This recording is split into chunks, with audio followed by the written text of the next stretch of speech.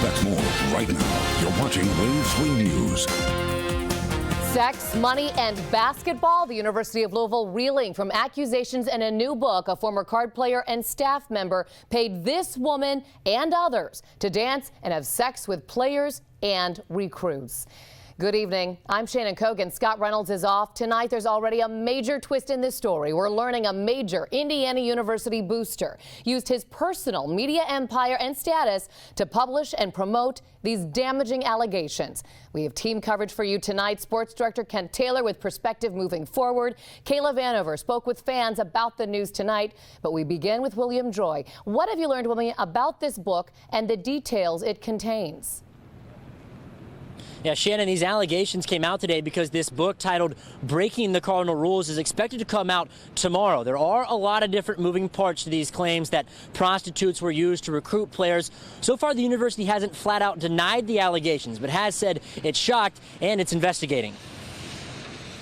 You know the allegations, now we got to find the truth. Louisville coach Rick Pitino didn't come out and deny the claim that the University of Louisville basketball team paid more than $10,000 for prostitutes for players and recruits. But he said he's shocked and heartbroken. To say I'm disheartened, disappointed, would be probably the biggest understatement I've made since I've been a coach. The school's athletic director said they found out about the claims a month ago after an Indiana University assistant athletic director emailed them saying a booster had a photo he wanted to identify. The booster told them the photo was, quote, not favorable, so Louisville asked for it, but never got it. If we did any wrong, we will ante up. The book says Andre McGee, a former assistant for the team, arranged the prostitutes. All the evidence that we've looked at supports his version of events, which is that he never paid her or anyone else to have sex with a player or a recruit. McGee's attorney Scott Cox said there's a simple reason why Katina Powell, the alleged prostitute, would write the book. She's a whore. She's interested in making money. She said in the press release, basically, that it was for altruistic reasons. The school said its month-long investigation has made progress. Both they and Cox say they want people to know the truth. We'll take as long as we need because we want to get the facts. If there's anything in there, which I assume there will be, that's defamatory, we are so excited to get this in front of a Louisville jury and let them decide if this prostitute's telling the truth or if Andre McGee's telling the truth. Powell says the prostitutes used for the players her own 3 daughters. Pitino says he actually has recruits in town right now, and so far his message to his team has just been to keep taking care of business. Reporting live in downtown Louisville, William Joy, Wave 3 News. Now to what we've learned about an Indiana University booster and how this book was published. Tonight, IU releasing a chain of emails which detail the publisher, Mickey Maurer, using his clout to ask the IU Deputy Director of Athletics to contact U of L to identify a person in a picture. Through those emails, it was revealed the picture was part of a book that would not be favorable to U of L. The IU official apologized to U of L, saying he was blindsided by the donor. Indiana says they learned of the contents of the book from media reports today, and so far have had no contact with the NCAA because of this. Meanwhile, an article in the Indiana Business Journal, also owned by that booster, says the publisher paid all costs for the book, including hiring a former reporter to write it and to give Katina Powell, that woman, a cut of sales in exchange for her story. Concern and confusion for U of L fans tonight who are wondering what happens next. Wave 3 News reporter Kayla Vanover joining us with more. You spoke with fans, and what are they saying about the allegations? Shannon, having one of the most rabid fan bases in college basketball, U of L fans weren't shy about voicing their opinions tonight. Fans tell us they heard of the breaking news mostly through mobile alerts and social media. Some are shocked and others are still skeptical. We caught up with some fans at Khalil's on Dixie Highway, and this group was not shy at all when asked about their cards. I do not think it was true from the get-go, and yes, I would always be a U of L fan. I'll stay a card fan for life. Right now, I'm go Cards. We'll just have to wait and see. I don't know. I just got to get more information. Something like that normally ain't happening around here, and I would think if we was spending that type of money that we would have better recruits. The discussion is sure to continue tomorrow afternoon at the KFC Yum Center, where the team will hold its red and white scrimmage at 4:30. Live in the newsroom, Kayla Vanover, Wave 3 News. In the last 30 years, both U of L and UK have dealt with scandal and spent time on NCAA probation. Wave 3 Sports Director Kent Taylor joining us now. Kent, you talked with former Sports Illustrated writer Billy Reed tonight. What were his thoughts about this story? Well, Shannon, Billy worked at SI and was also the sports editor of both the Lexington Herald Leader and the Courier Journal here in town. He's been covering sports in this state for close to 60 years. We talked tonight on the photo deck at Papa John's Cardinal Stadium before the St. X Trinity game, and his message was simple. Let the story play out before jumping to any conclusions. Well, Kent, we don't know enough yet. The first rule of investigative reporting is that you don't make assumptions. And what you do is you just start working the phones, going out, gathering the facts, and you go wherever the facts take you. I think this thing is just developed. It is certainly a bombshell. There can be no good for the University of Louisville, because even if it turns out that some of these charges have been fabricated, there's a stigma that sticks to you. That's not fair, but it's just the way things are. So I think we just, I would hesitate to jump to any conclusions. There's some real questions about this story, I think, and just wait and see. Hope reporters do their due diligence.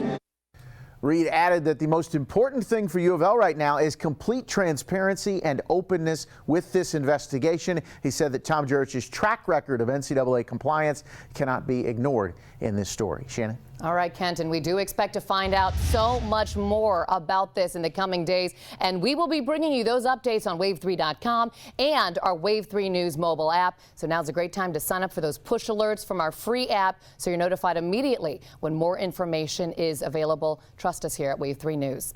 A big high school game tonight, St. X and Trinity, but not much of a crowd for it. The weather, not so great. What about the rest of the weekend? Chief Meteorologist Kevin Harnett has been looking into this. This is a busy weekend too, Kevin. Yeah, it is. Wish I had better news, especially on the front end. It gets better by Sunday. Meanwhile, outside tonight, we have had the rain around, down to a little bit of drizzle. Those lights in the distance there, Papa John's Cardinal Stadium, the lights in the foreground, the Twin Spires at Churchill Downs.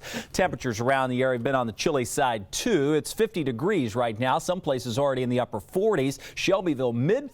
You notice the rain pushing off to the north from the east, so it's kind of backwards moving once again. And when you check out that weekend forecast, you can see that we're going to have highs only in the 50s for our Saturday, about 20 degrees better for Sunday, and a drier day. We'll time out the rain for you for your Saturday coming up in just a couple of minutes. Shannon.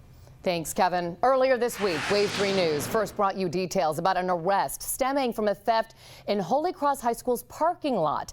Now that suspect facing 19 more charges on a series of robberies in the area. Amid 6 felony charges, Carlos Lobato charged for 20 separate car break-ins. Police were able to catch him on surveillance video at Planet Fitness on Dixie Highway. Police say he admitted to stealing to support his drug habit.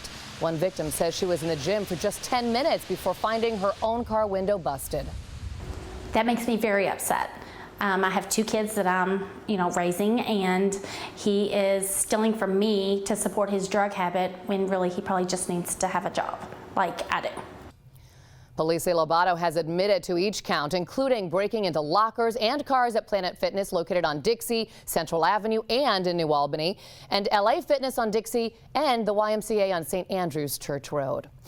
2 teams charged with attempted murder tonight in Jeffersontown. One charged with attempted murder of a police officer. Wave News reporter Casey Cunningham here with more, and this all started over a cell phone? Right, Shannon. A cell phone posted on Instagram. A family went to buy it, but then turned into victims of an attempted robbery. The incident has police warning you to think twice before you meet someone for an online transaction. Police say it all started with an Instagram post selling an iPhone. But there was no phone. There was no intent to sell a phone. It was a straight-up robbery. A teenage girl went with both of her parents to buy the cell phone. The teen suspects first wanted to meet them at Kroger, but then they lured the victims to Arbor Point Apartments and opened fire 5 times. These were not warning shots. These were shots fired directly at the automobile where these people were in the car. Police say the family escaped to the parking lot of a Steak and Shake where they met the J-Town PD officers after calling 911.